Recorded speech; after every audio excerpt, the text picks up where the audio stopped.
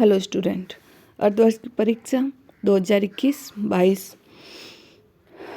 कक्षा है 12। विषय है राजनीतिक शास्त्र। राजनीतिक शास्त्र के ये हमारे कुछ इम्पोर्टेंट क्वेश्चन जो कि आपके एग्जाम में आने वाले हैं।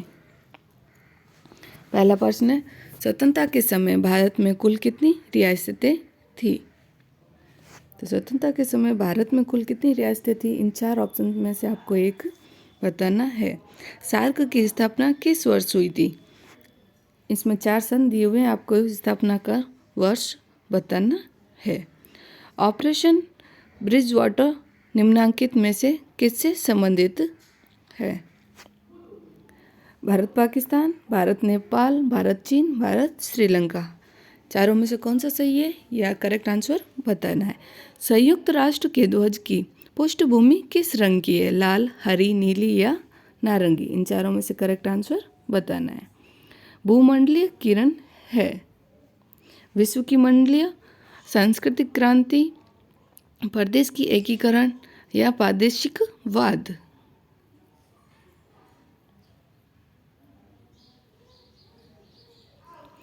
प्रश्न संख्या सेकंड, रिक्त स्थानों की पूर्ति कीजिए। गुटनिरपेक्ष शिखर सम्मेलन भाग लेते हैं। सीटों की स्थापना का सन रेगिस्तान में हुई। संयुक्त राष्ट्र दिवस रेगिस्तान को मनाया जाता है। आधुनिकीकरण की पहली शर्त निम्नलिखित है। व्यक्ति की स्वतंत्रता को रेगिस्तान बाधित करती है।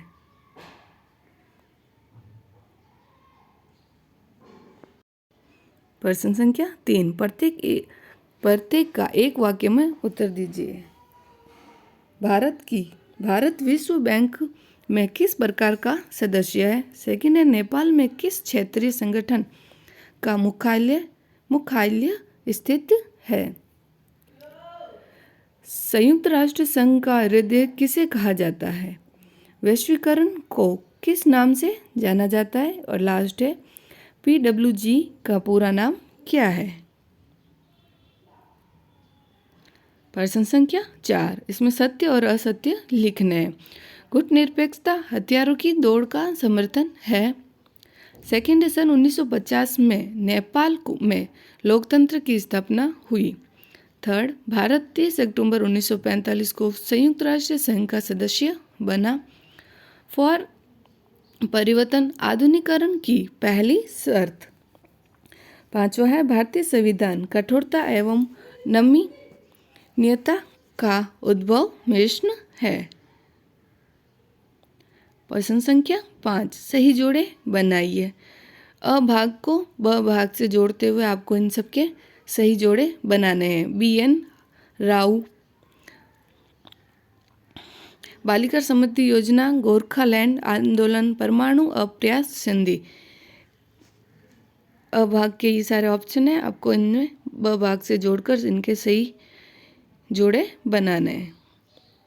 प्रश्न संख्या 6, आज़ाद कश्मीर क्या है? अथवा आप लिख सकते हैं कि किन किन देशी रियासतों के विलय को लेकर समस्या पैदा हुई।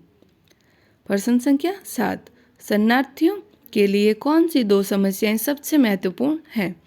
अथवा में दिया हुआ है, भारत में अपनी पहली सैन्य टुकड़ी कब कश्मीर भेजी? ये 2-2 नंबर के हैं। प्रश्न संख्या 8, संवैधानिक सलाहकार कौन थे? अथवा आप लिख सकते हैं, संविधान की कुंजी किसे कहते हैं? ये सारे क्वेश्चन 2 नंबर के हैं। यूरोपीय संघ के कोई दो उद्देश्य लिखिए। गुटनिरपेक्षता का क्या अर्थ है? प्रश्न संख्या 10, शिमला समझौते के कोई दो प्रावधान लिखिए। प्रश्न संख्या 11, संविधान निर्माण समिति के सदस्यों के नाम लिखिए। अथवा आप लिख सकते हैं कि संविधान निर्माता की 3 आवश्यकताएं। प्रश्न संख्या 12, नागरिकों के कोई 3 मौलिक कर्तव्य। नागरिकों के कोई 3 मौलिक कर्तव्य। सेमी क्वेश्चन है, आप कोई भी कर सकते हो। प्रश्न संख्या 13, संयुक्त राष्ट्र संघ के कोई 3 लक्ष्य लिखिए। प्रश्न संख्या 14, निशस्त्रीकरण के मार्ग में आने वाली प्रमुख बाधाएं कौन कौन सी है। नेक्स्ट है प्रश्न संख्या 15, नीति आयोग का पूरा नाम लिखते हुए इसके 3 कार्य लिखने हैं। अथवा आप लिख सकते हैं कि मध्य प्रदेश पिछड़ा वर्ग आयोग के कार्य लिखिए। नेक्स्ट क्वेश्चन प्रश्न संख्या 16, भारत में क्षेत्रवाद के उदय के 4 कारण लिखिए। आर्थिक असमानता के 4 कारण लिखिए। प्रश्न संख्या 17, राष्ट्रीय महिला आयोग के कार्य, अथवा आप लिख सकते हैं वनों से प्राप्त कोई 4 लाभ। प्रश्न संख्या 18, भारतीय विदेशी नीति के निराधक तत्व लिखिए। प्रश्न संख्या 19, सार्क का पूरा नाम लिखते हुए उसके 3 उद्देश्य बताइए। तो आप लिख सकते हैं अंतर्राष्ट्रीय मुद्रा कोष के 4 कार्य। नेक्स्ट क्वेश्चन है 20, भारत अमेरिका असैनिक परमाणु समझौते के कोई 4 बिंदु लिखिए।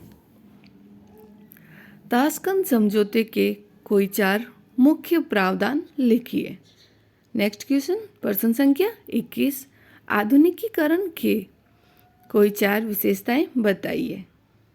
अथवा आप लिख सकते हैं उदारीकरण की 4 विशेषताएं। प्रश्न संख्या नेक्स्ट है 22, राज्य पुनर्गठन आयोग के और सदस्यों की चर्चा। अथवा आप लिख सकते हैं कश्मीर समस्या के प्रावधान की दिशा में संयुक्त राष्ट्र की क्या भूमिका रही। प्रश्न संख्या 23, पंचवर्षीय योजना के 5 मुख्य उद्देश्य। नियोजन के 5 उद्देश्य, दोनों में से कोई एक कर सकते हैं, यह है 5 नंबर का प्रश्न।